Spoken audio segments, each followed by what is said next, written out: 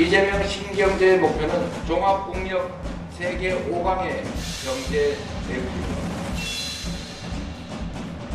휴먼 캐피탈은 소프트웨어, AI 등 디지털 역량 확충을 위한 교육비를 정부가 선 지원하고 취직을 하면 나중에 일부를 갚는 방식이 되겠습니다.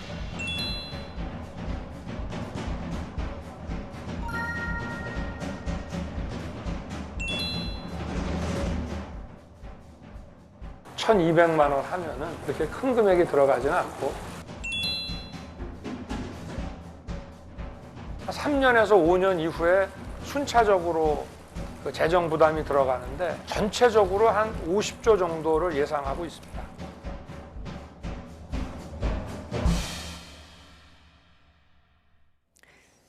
네, 방금 보신 영상 속 일들이 다 이루어지면 그야말로 살만한 나라가 될까요?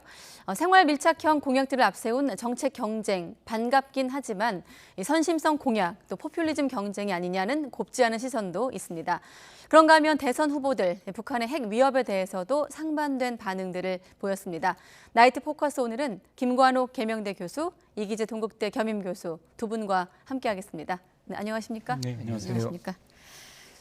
네, 대선이 가까워질수록 이렇게 후보들의 정책, 가치관 비교할 일이 많아질 텐데 오늘은 일단 안보 이슈에서 시각차를 드러내기도 했습니다.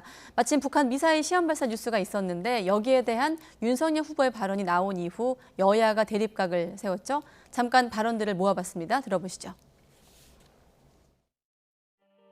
우리 수도권에 도달해서 대량 살상을 하는데 걸리는 시간이 1분 이내입니다. 요격이 사실상 불가능합니다. 그러면은 그 조짐이 보일 때 제일 앞에 있는 킬체인이라고 하는 이 선제 타격 밖에는 막을 수 있는 방법이 지금 없고요. 참 국민이 많이 불안해하실 것 같습니다. 정말 호전적인 지도자도 이렇게 대놓고 군사 행동에 대한 이야기를 한 적이 없습니다. 대단히 심각한 이 인식 수준에 대해서 놀라지 않을 수 없는데요. 네, 그러니까 윤석열 후보가 선제 타격이라는 발언을 하면서 이제 민주당과 이재명 후보가 여기에 대한 설명을 한 거거든요. 어떻게 들으셨습니까? 저는 윤석열 후보의 이런 어떤 대결적인 인식 그리고 공격적 태도가 참 위험하다. 뭐 저는 이렇게 생각이 들어요. 그러니까 선제 타격이라는 것이 사실상 북한의 어떤 공격력을 완전히 괴멸시키고 우리에게 피해가 전혀 없다면 그것도 우리가 고려해볼 하나의 수단은 될 수 있을 텐데 네. 그럴 수 있는 가능성이 전혀 없거든요. 지금 완전히 밀집된 군사력이 지금 남북한에 있기 때문에 전쟁이 터진다면 우리가 선제 타격을 한다고 해도 사실상 우리가 상호 확증 파괴라고 하죠. 거의 공멸의 단계까지 갈 수밖에 없어요. 그리고 이 선제 타격론은 부시 행정부가 사실상 이제 테러와의 전쟁 그리고 우리가 잘 아는 그 악의 축 국가들 북한 포함합니다. 적용을 했죠. 결국에는 이제 이라크 전쟁이 이루어지고 많은 전쟁들이 이루어집니다. 그래서 네. 그거의 어떤 사실상 어떤 반성으로서 오바마 정부 이후에는 이 선제 타격 정책을 아예 없앴어요. 지금은 미국도 이러한 선제 타격 정책을 세우지 않고 있습니다. 그런데 지금 대통령 후보가 이런 식으로 얘기해 놓으면 한반도 긴장이 더 되고 사실상 뭐 대화의 국면을 오히려 차단시키는 효과가 있기 때문에 저는 매우 위험한 그런 언급을 한 것이다 이렇게 평가합니다. 네, 사실 요 며칠 멸공 챌린지 또 멸공 논란이 아직 가라앉기 전이라 그런지 좀 더 이 선제 타격 발언이 좀 더 공격적으로 들리거든요. 근데 저는 좀 생각이 다른데요. 일단 오늘도 북한에서 미사일을 쐈습니다. 극초음속 미사일을 쐈고 5일날 쐈을 때 국방부에서 사실 별거 아니다라는 식으로 얘기를 했는데 네. 오늘 미사일에 대해서는 역시 미사일이 상당한 수준으로 진전된 것 같다 이런 평가를 내놨는데 지금 5일 발사 때도 미국이나 일본에서는 굉장히 위협적인 것으로 얘기를 했음에도 불구하고 지금 이렇게 그 상황에 대해서 인식을 좀 달리하고 있다 이런 측면이 있고 네. 그다음에 그 킬체인 같은 경우는 윤석열 후보가 새롭게 얘기한 게 아니고 북한이 갖고 있는 방사포라든가 단거리 탄도미사일이라든가 여러 가지를 대비하기 위해서 그러면 우리가 어떻게 이 어떤 방어력을 갖출 건가? 예를 들어서 뭐 미국에서야 장거리 뭐 대륙간 탄도 미사일을 뭐 사드라든가 뭐 이런 형식으로 미사일 방어 체계를 갖고 구축한다 하지만 방사포 같은 경우는 그냥 쏘면은 바로 수도권에 들어오는 거에 거의 1분이 안 걸리는 형태로 들어오거든요. 그래서 그걸 막을 수 있는 방법으로 국방부에서 2023년까지 킬체인을 만들겠다라고 하고 추진했던 것입니다. 그런 차원에서 지금 뭐 국방의 한 부분을 말한 것이고, 근데 저는 이제 전체적인 맥락을 오늘 봐야 되는 게 네. 지금 윤석열 후보가 방금 전에 이제 인터뷰 어떤 기자들의 질문에 답한 거 아닙니까? 거기에 대해서 킬체인이라는 선제 타격밖에 방법이 없지 않느냐 이렇게 얘기한 것은 킬체인을 통해서 선제 공격하자고 얘기한 게 아니라 이러한 우리가 위협에도 불구하고 지금 문재인 정부에서는 대북 이렇게 구체적으로 얘기했어요. 북한의 선의만 자꾸 강조하면서 대북 안보리 경제 제재를 오히려 풀어달라고 하고 있다. 이렇게 하면 안 되고 저희가 외교를 통해서 글로벌 외교를 통해서 대북 압박을 해야 되고 핵 고도화 과정을 중단시켜야 된다. 이렇게 얘기를 했거든요. 그러니까 전체적인 맥락은 외교적 노력을 제대로 해야 되는데 오히려 북한의 제재를 푸는 방식으로 하는 것이 문제다라는 걸 지적한 것이지 킬체인을 통해서 선제적으로 지금 타격하자 이렇게 주장한 게 아닌데 그럼에도 불구하고 그 부분만 따서 지금 민주당에서는 무슨 윤석열 후보가 마치 무슨 호전적인 생각을 갖고 있는 것 같이 왜곡하고 있다. 저는 네. 이런 말씀 좀 지적하고 싶습니다. 저는 그걸 왜곡이라고 생각하지 않습니다. 그러니까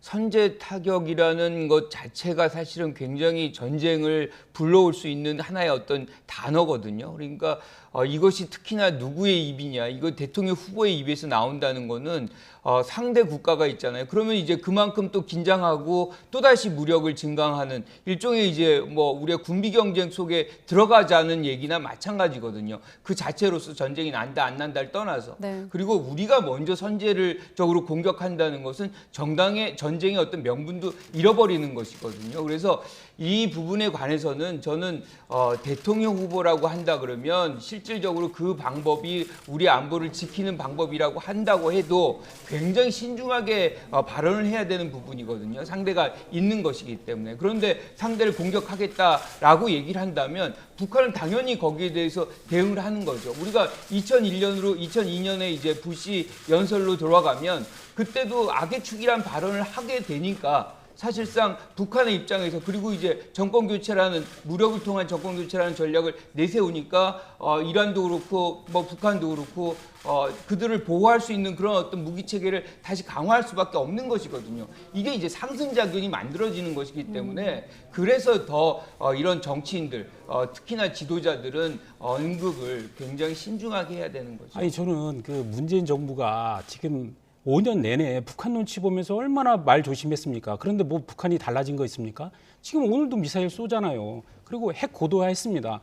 과연 북한 눈치 보면서 그렇게 말 조심했던 결과가 뭐냐 이렇게 좀 되묻고 싶은 것이고 그리고 지금 윤석열 후보가 이야기한 것은 자 오늘도 미사일 쐈습니다. 그러면 이제 그걸 막을 방법은 킬체인밖에 없다. 그런데 왜 지금 킬체인을 하자는 게 아니라 이런 걸 막기 위해서는 오히려 북한의 눈치만 보고는 저자세 외교가 아니라 글로벌 외교를 통해서 오히려 북한의 제재 압박을 통해서 그들의 어떤 그런 어떤 전쟁에 대한 욕구 자체를 제거해야 된다 이런 걸 강조한 거죠. 그러니까 오히려 전쟁하자는 게 아니라 그걸 막기 위한 제대로 된 글로벌 외교에 대해서 얘기한 거라고 저는 얘기하고 싶습니다. 네, 사실 대선 앞두고 어떤 두 후보들, 대선 후보들의 대북 정책 관련한 좀 기조를 엿볼 자리가 없었는데 오늘 마침 미사일 발사 뉴스가 있었고 여기에 대한 후보들의 반응 그리고 두 분의 해설을 통해서 좀 앞으로의 대북 정책 기조를 좀 엿볼 수 있었습니다. 다음은 생활 밀착형 공약 넘어가도 되겠습니까? 네, 넘어가도록 하겠습니다.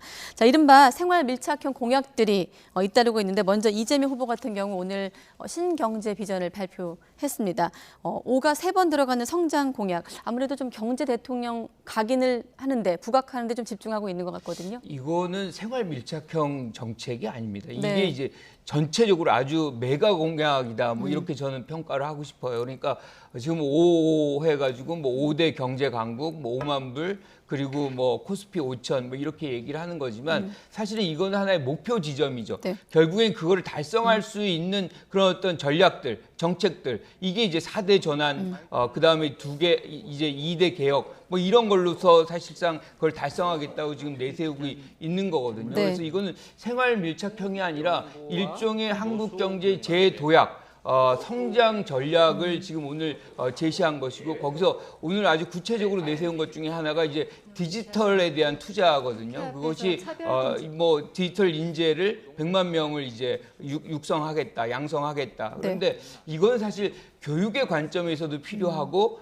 또 그것이 뭐랑 이어지냐면 일자리하고도 이어지거든요. 그리고 또 더 나가서 이게 굉장히 중요한 것은 세상은 이제 다 디지털화 되기 때문에 사실상 기술에 있어서 핵심 분야일 수밖에 없는 거죠. 그래서 한국 경제의 어떤 성장의 가장 원천적인 힘은 디지털에서 나올 수밖에 없기 때문에 미래 경제를 담보하는 이런 투자다라고 볼 수 있는 거죠. 그래서 이거는 현재 교육, 일자리 더 나가서 미래를 만들어가는 어떤 거대 담론의 정책이었다. 뭐 저는 이렇게 평가합니다. 네, 제가 이 소개를 한 번에 하는 바람에 문장을 이어서 말하는 바람에 좀 오해가 있었는데 정정을 하면 신경제 비전은 생활 밀착형 공약이 아니고요. 최근에 어떤 생활 밀착형 공약 흐름은 잠시 뒤에 짚어보기로 하겠고요. 자, 신경제 비전에 이어서 디지털 인재 100만 명을 양성하겠다 이런 디지털 공약 1호도 발표하지 않았습니까? 이 내용 포함해서 교수님은 어떻게 평가하십니까?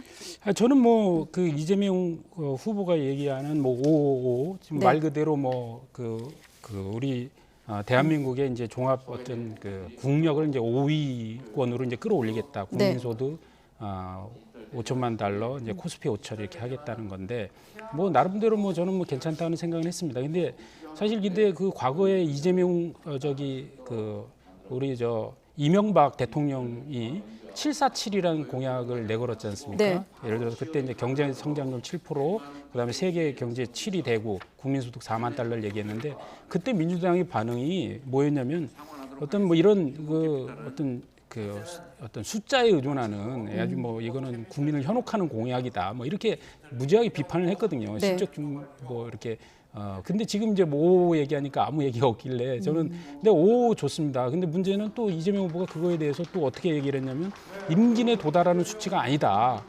우리가 지향해야 될 비전과 목표라고 얘기를 했어요. 그러면 이제 대통령이 이제 출마를 할 때는 이제 본인이 임기 내에 어떻게 어느 정도까지 달성하겠다는 얘기가 있어야지 말 그대로 뭐 장기적 방향이라면 뭐 세계 5위가 아니라 세계 3위라고 얘기해야 되고 뭐 코스피 5천이 아니라 코스피 1만 하겠다고 얘기해야 되는 거 아닌가요? 그런 면에서 좀 약간 좀 약간 뭐 공약이라고 얘기하기 좀 거리가 있다는 얘기 드리고 싶고 그리고 디지털 인재 교육 같은 경우는 저는 굉장히 긍정적으로 봅니다. 이거는 사실은 국민의힘에서 지난 경선 때 유승민 후보가 이야기했던 공약입니다. 디지털 인재 100만 명 육성. 특히 지금 청년들이 그 인문학 쪽에 이제 졸업한 청년들 같은 경우에 사실 취직 자리가 굉장히 없거든요. 그래서 코딩까지 배우면서 다시 이제 어떤 IT 기업 쪽으로 이제 이직을 많이 하고 있는데 이런 청년들이 실제로 자리 잡을 수 있도록 국가에서 디지털 교육을 통해서 교육도 해주고 또 취업을 하면 그 취업에 따른 이제 여러 가지 학비를 상환할 수 있는 여러 가지 국가에서 그 제도를 만들어 준다는 건 저는 긍정적으로 생각하고 이거는 이재명 후보뿐만 아니라 모든 대선 주자들이 앞으로 청년 정책을 위해서 그리고 우리 나라의 어떤 디지털 강국으로서의 위상 강화를 위해서 꼭 필요한 일이라고 생각합니다. 네, 윤석열 후보도 오늘 오전에 신년 기자회견을 열었습니다. 일단 부모급여 공약이 눈에 좀 들어오는데 아이를 낳으면 1년간 매월 100만 원씩 주겠다라는 공약이거든요. 100만 원씩 줄 수 있죠. 그런데 제가 그래서 찾아봤어요. 기존에 그런 어떤 지원은 없는 건가? 그랬더니 지금 2022년부터 이제 여러 가지 그 지원들이 있더라고요. 그리고 그 전에도 있었던 것이 있고 제일 먼저 출산과 함께 200만 원을 정부가 지급을 해요. 그리고 또 한 가지가 임신과 관련된 그 병원비에서 또 100만 원을 지급합니다. 그리고 또 한 가지가 이제 22년 1월 1일 출생부터 매월 30만 원씩 줘요. 그리고 8세까지 아동수당이 매월 10만 원씩 있습니다. 그럼 그걸 다 합치면 780만 원이에요. 기존의 것이 780만 원입니다. 1년 기준으로? 예. 네. 그리고 이제 지자체들이 각각 더 이렇게 주는 경우가 있어요. 그러면 뭐 어느 경우는 이제 1,000만 원에 육박할 수 있겠죠. 그런데 지금 제가 이제 묻고 싶은 거는 윤석열 후보가 이런 기존의 어떤 지원들을 다 감안하고 거기에 더해서 1,200만 원을 연에 주려고 하는 것인지 아니면 이것을 기존의 어떤 지원은 전체 소멸시키고 그냥 100만 원씩만 주려고 하는 것인지 네. 이런 어떤 정책을 제시할 때는 뭔가 기존의 거를 잘 검토하고 어디서부터 어디까지 출발하고 기존의 게 뭐라는 거를 밝혀줘야지 혼선이 없는데 그러면 이제 그거를 수혜 받으려고 하는 분들은 그럼 여기에다가 더해서 그러면 한 2천만 원 받겠네라고 생각을 할 수가 있는 것이거든요.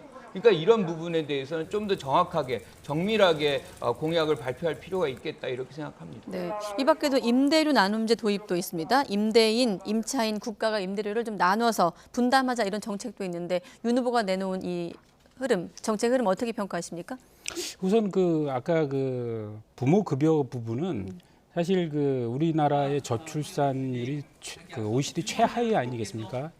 0.83명까지 이제 추락을 했기 때문에 네. 이거를 어떻게든 반등시켜야 되는 것은 국가의 과제고 그런 차원에서 기존에 이제 지자체에서 하던 이제 출산 장려금이라든가 이런 것 외에 부모들이 아이를 출산하고 나서 한 1년간 어쨌든 직장을 이제 그만두거나 혹은 휴직 상태에 있을 수 있기 때문에 그에 대한 어떤 경제적 보상이 필요하다 이런 차원에서 도입을 주장하는 것이고 네. 이거는 이제 사례도 많이 있습니다. 유럽에서는 이제 스웨덴 같은 경우는 이제 보험의 사회보험 형태로 부모 보험이 있고 독일 같은 경우는 이제 부모 수당이라고 있습니다. 그래서 한 1년 한 4개월 정도 이렇게 보장을 하는데 그래서 이제 급여에 따라서 보면은 기본 부모 수당 같은 경우에는 기존 수입의 한 65%를 보장하는 이런 제도가 있습니다. 그래서 구간별로 여러 가지 세부적으로 다 디테일하게 있는데 그거에 대해서 이제 우리도 이제 도입해야 될 단계가 아니냐 그런 차원에서 이제 공약을 좀 준비했다고 보여지고 그다음에 이제 이 코로나로 이제 힘든 어떤 자영업자들의 이제 임대료 부담을 덜어주기 위한 이제 임대료 나눔 제도를 이제 오늘 발표를 했어요. 그거는 우선은 이제 국가와 임차인, 임대인이 3분의 1씩 어떻게 보면 부담을 해서 코로나로부터 이제 어렵게 좀 버티고 있는 자영업자들을 구제하자 이런 차원이고요. 실제로 자영업자들 같은 경우 가장 힘든 게 예를 들어서 종업원 같은 경우는 이제 줄여서 네. 할 수 있지만 임대료 같은 경우는 매월 나가야 되잖아요. 고정 이런 지출이죠. 부분을 좀 예. 분담하기 위한 이제 대책을 좀 마련했다고 보여집니다. 근데 저는 지금 오늘 질문을 받았어요. 윤 후보가 문재인 대통령과 뭐가 다르냐라고 질문을 받으니까 자신은 시장경제주의자다라고 얘기를 합니다. 그런데 지금 임대료의 문제에 있어서 임차인도 그렇지만 임대인이 3분의 1을 삭감을 하라는 거예요. 이건 재산권을 사실상 국가가 강제하는 거거든요.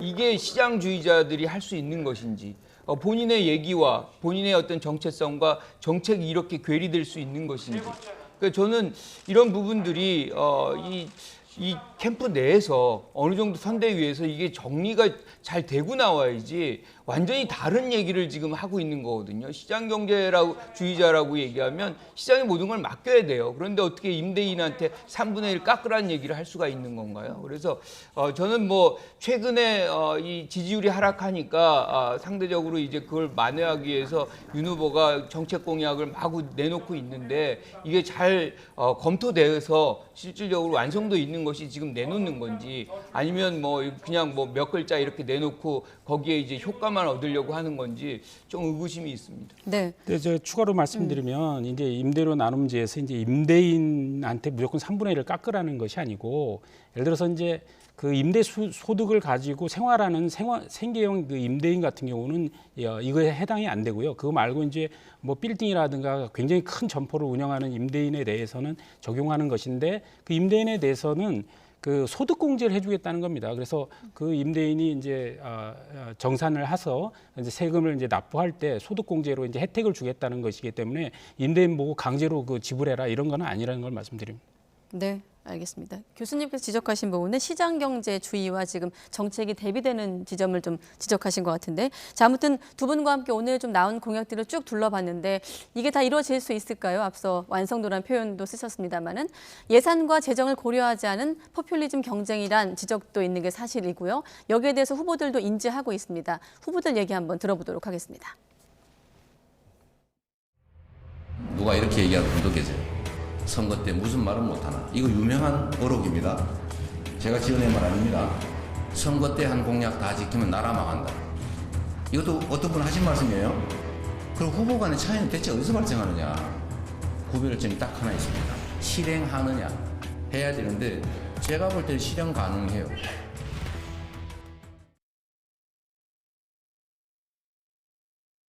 지금 1년에 출생하는 숫자가 한 26만 명? 이 정도 되거든요. 그래서 1,200만 원 하면은 제가 볼 때는 뭐 그렇게 큰 금액이 들어가지는 않고 자녀 출산에 관한 이런 좀 경제적인 부담이나 이런 데에서 조금 해방이 될 수 있게 할 것 같습니다. 포퓰리즘 공약을 남발하는 것 아니냐는 지적도 나오고 있습니다. 국민들께서 그런 생각을 하고 계신 분이 있다면은 그 점을 또 유의해서 저희가 잘 설득을 하겠습니다.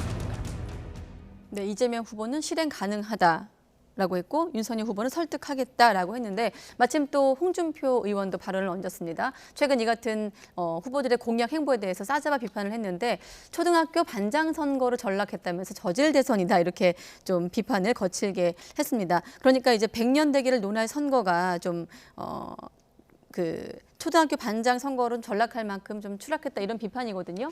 그러니까 이제 작은 실생활 정책들이 많이 나오고 네. 거대 담론이 안 나와서 뭐 홍준표 전 후보가 이렇게 얘기를 했는지 모르지만 저는 네거티브 공방보다는 훨씬 낫다라고 생각을 해요. 그리고 이렇게 이 공약이라는 것이 정책으로 이렇게 나타날 때는 국민들이 나한테 필요한 것인지 아니면 실제로 이게 실현 가능성이 없는 것인지 이게 굉장히 빠르게 압니다. 그리고 저는 어떤 형태로든 정책 공방 이거는 생산적이라고 봐요. 그 과정 속에서 사실은 그 공약이라는 것이 다시 다듬어지고 실천력 있는 걸로 만들어지고 뭐 이렇게 되는 것인데 또 한 가지가 뭐냐면 그런 공약을 내세우면서 후보들의 또 역량도 정책 역량도 평가할 수가 있는 거거든요. 그냥 막 내놓는 건지 아니면 이것이 실천할 수 있는 정책으로 만들어서 내놓는 건지 그걸 비교할 수 있는 어떤 기회도 만들어주는 것이기 때문에 지금 전 홍준표 전 후보가 얘기한 대로 이런 어떤 선거가 아주 뭐 동네 반장 선거 이 정도라고 폄하하는 것은 적절하지 않다 이렇게 생각합니다. 네. 그런 공약들을 일각에서는 다품종 공약이라고도 하고 미니 공약 이렇게 말하기도 하는데 사실 이런 공약들의 특징이 말씀하신 대로 좀 체감도가 높다고 해야 될까요? 그런 측면이 있습니다만 또 비전이 없고 좀 대선의 무게감이 좀 낮아지는 거 아니냐는 비판이 있는 것도 사실이고요. 그렇죠. 그런데 이제 우리가 그런 거대 담론에 굉장히 익숙해져 있거든요. 그런데 사실은 우리가 필요로 하는 실생활의 어떤 필요성들도 굉장히 많아요. 그러니까 네. 그만큼 여기 나와 있는 것들이 우리한테 피부에 와닿는 거는 우리가 원하는 것들을 여태까지 해주지 못했다는 걸 또 반증하는 거거든요. 그래서 저는 이런 어떤 대선의 과정에서 우리 사회가 우리 시민들이 무엇이 더 원했던 것인지를 좀 파악하는 그런 계기로도 좀 삼았으면 좋겠다 이렇게 생각합니다. 그러니까 지금 항상 이게 선거 때마다 이게 딜레마인데 이게 공약이라는 거에 대해서 사실은 좀 저는 상당히 회의적인 사람입니다. 그러니까 정치권에서 쭉 보면서 우선은 공약 같은 경우에 만들어지는 과정을 보면 선거 기간에 만들어지지 않습니까? 그러면 상당히 극소수로 제한적인 사람들에 의해서 만들어져요.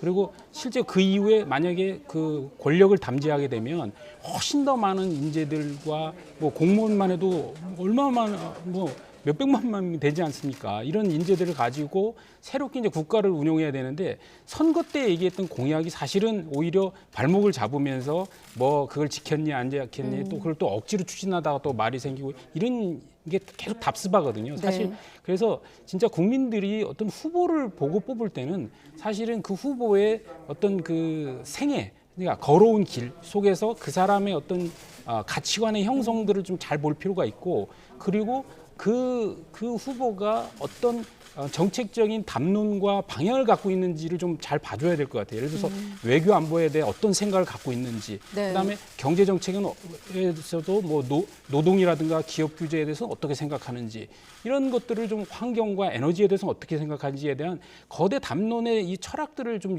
들으면서 이 사람이 이런 방향을 갖고 있구나라고 하면 그 방향 속에서 국정을 맡았을 때의 구체적인 실현 과제들은 더 많은 인재들과 지금 공무원들과도 이제 같이 이제 일을 해야 되는 거 아니겠습니까? 네. 그 속에서 세부적으로 오히려 또 몇 개년 계획을 갖고 인수위 단계에서 제안을 하든 아니면 그 과정에서 그 이후에 뭔가 해내든 이런 식으로 좀 했으면 좋겠는데, 선거라는 게 결국 이제 표를 의식하는 거기 때문에 뭘 해주겠다 이렇게 나가니까 이게 초등학교 반장 선거라는 얘기가 나오는 거 아닌가, 이런 좀 아쉬움이 있어요. 저는 뭐 그 부분에 전혀 동의하지 않습니다. 그러니까 선거 과정 속에서 사실은 국민들이 원하는 것을 더 찾아다니게 되고 그렇게 해서 실천하는 계기가 되는 것이거든요. 우리가 노무현 전 대통령이 사실상 지방 분권이라든가 뭐 이런 것을 하지 않았다 그러면 지금 각 지역에 혁신도시 없어요. 그리고 여전히 모든 공공기관이라든가 이런 것들이 서울이라든가 수도권에 밀집해 있을 수밖에 없는 것이죠.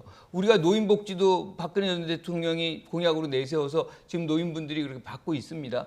이런 어떤 선거 과정 속에서 사실 우리를 필요했던 것들을 다시 찾아내는 계기가 되는 거거든요. 그래서 저는 이런 것이 선거의 의미인 것이고, 그렇게 해서 우리가 지금까지 뭘 못해왔는지를 성찰적으로 보고 우리의 미래를 뭘 해야 되는 건지를 다시 이렇게 계획하는 그런 계기거든요. 지금 이재명 후보가 오늘 얘기했던 뭐 그런 경제 정책 같은 경우는 전 긍정적으로 보는 것이, 전환의 시대 속에서 우리가 가장 경쟁력을 갖춰야 되는 부분은 디지털 에어리어거든요.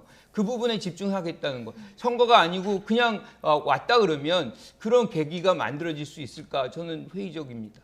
저는 노무현 대통령이 혁신 도시를 뭐 이렇게 찬성을 하시는 측에 속해 있으니까 말씀하시지만, 저는 그거 실패했다고 생각하는 사람이고, 그리고 그래서 그런 선거 과정에서 얘기했던 것이 그 이후에 펼쳐지면서 많은 시행착오를 오히려 겪는다. 이명박 대통령 한 번 더 대운하나, 또 이번에 문재인 대통령이 얘기했던 뭐 최저임금 1만 원의 급격한 인상이나 등등이 다 공약을 냈던 거기 때문에 문제거든요. 저는 공약을 표를 의식한 공약을 해놓고 나중엔 그걸 주워 담지도 못하는, 그래서 실제로 더 그 국정을 오히려 혼란하게 하는 이런 것들을 지금 얘기하는 거라고 좀 말씀드리고 싶습니다. 제가 한마디 더 해도 될까요?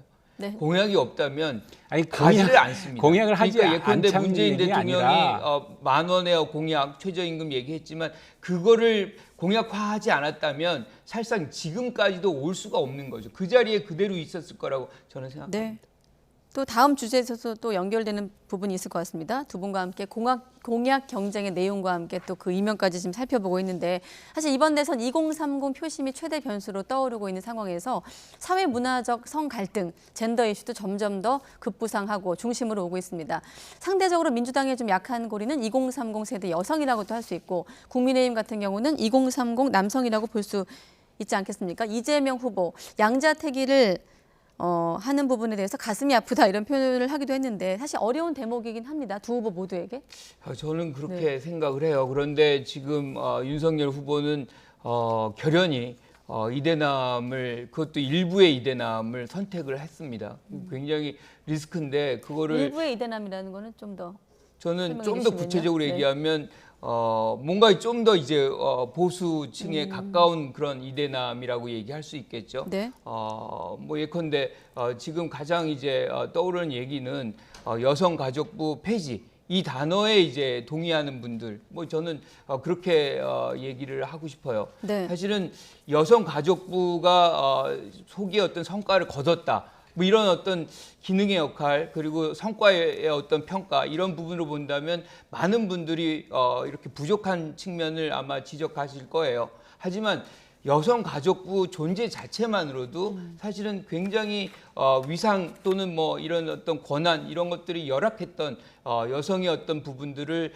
이렇게 강조하려는 그런 부분이 있기 때문에 존재 자체가 사실 중요한 부분이거든요. 그런데 이거를 단순히 그냥 여성가족부 폐지라는 7자로 이렇게 내세울 수 있는 것인가? 이것이 뭐 우리의 인구의 절반인 여성들에 대한 태도인 것인가라고 생각한다 그러면, 저는 이 부분은 표를 위한 어떤 이상이 아니다라고 생각을 하고요. 네. 특히나 이런 장면에서 이렇게 분열되는, 갈라치는 이런 효과가 나오잖아요. 저는 이거는 대통령 후보, 모든 국민을 통합시켜야 되는 대통령 후보의 어떤 입장에서는 조금 이렇게 하지 말아야 되는 그런 부분들을 지금 윤석열 후보가 선택을 했다라고 저는 생각을 해요. 그래서 이 부분 굉장히 적절하지 않았다는 것이고, 만약에 청년들의 어떤 문제가 지금 시급하다라고 얘기하면 다른 어떤 중요 부처를 만들어서 사실상 그 역할을 수행하게 하면 될 텐데, 이거를 단순히 폐지한다, 이렇게 접근하는 것은 좀 부적절했다, 이렇게 생각합니다. 네, 교수님께서 지금 여가부 폐지 문제를 언급하셨기 때문에 이 부분에 대해서도 양 당의 시선이 엇갈립니다. 박용진 의원과 원희룡 본부장이 방송에서 이 대목을 놓고 맞붙었는데 표현이 충치와 생리라는 표현이 나왔습니다. 네. 그러니까 이제 충치라고 했던 거는 이제 이제 썩어서 이제 뽑아내야 된다, 이런 여가부 뜻인 것 폐지를 같아요. 말을 하는 거고요. 네.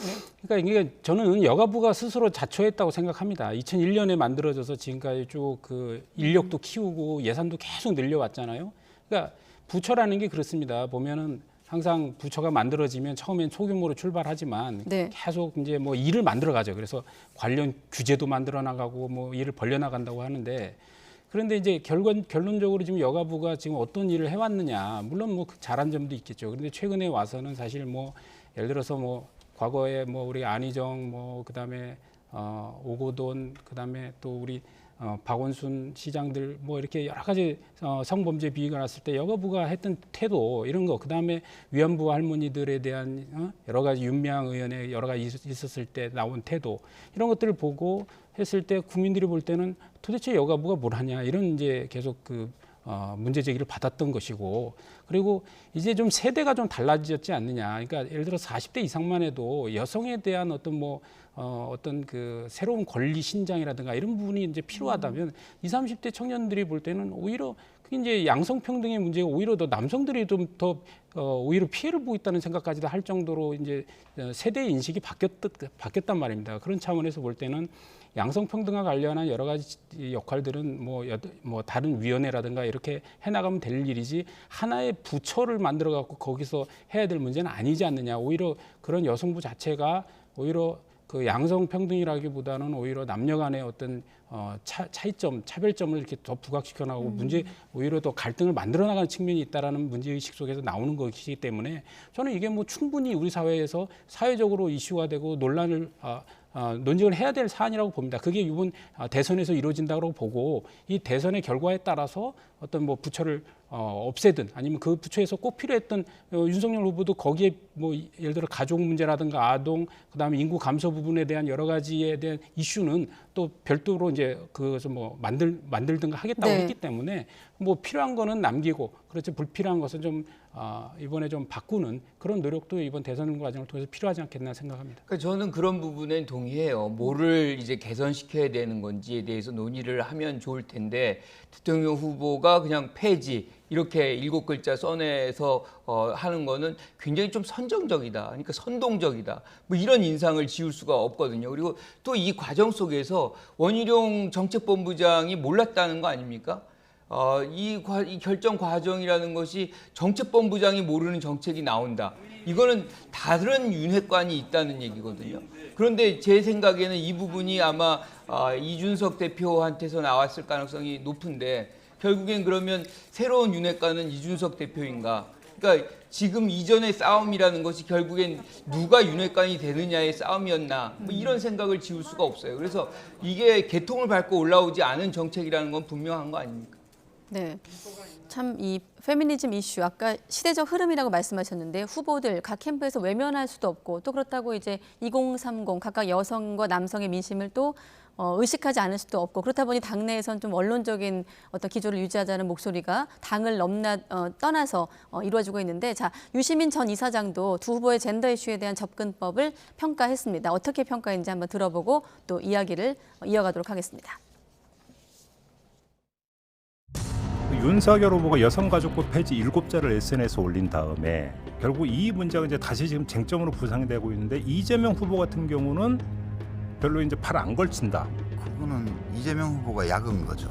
작용 반작용의 법칙이 작용하거든요. 젠더 이슈는. 예.